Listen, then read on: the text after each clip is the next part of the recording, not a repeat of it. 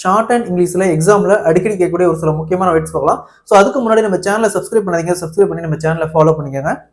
First in different parts of the country, இதுக்கு different ஸ்டோக் மட்டும் போட்டு கண்ட்ரிக்கு சி. எப்போவுமே டிஃப்ரெண்ட்டுக்கு முன்னாடி இன் வரும். ஸோ நம்ம இன் ஸ்டோக்கும் ஒமிஷனாக போட்டுக்கலாம். அதேமாரி கண்ட்ரி ஆஃப் தி கண்ட்ரி தான் வரும். ஸோ அதனால நம்ம ஆஃப் தி ஸ்டோக்கும் ஒமிஷனாக போட்டுக்கலாம். அப்போ in different parts of the country. இதுலயே கண்ட்ரிக்கு பதிலாக ஸ்டேட்னு வரும். ஸ்டேட்னு வந்துச்சுன்னா அந்த இடத்துல எஸ், இந்த இடத்துல வேர்ல்டுன்னு வரும். In different parts of the வேர்ல்டுன்னு வரும். வேர்ல்டுன்னு வந்துச்சுன்னா டபிள்யூ. ஸோ இதுலயே பாருங்க, in different parts of our கண்ட்ரின்னு வரும். இதுலயே in different parts of our கண்ட்ரின்னு வந்துச்சுன்னா சேம் டிஃப்ரெண்ட் ஸ்டோக் போட்டு கண்ட்ரியை இந்த சைடு.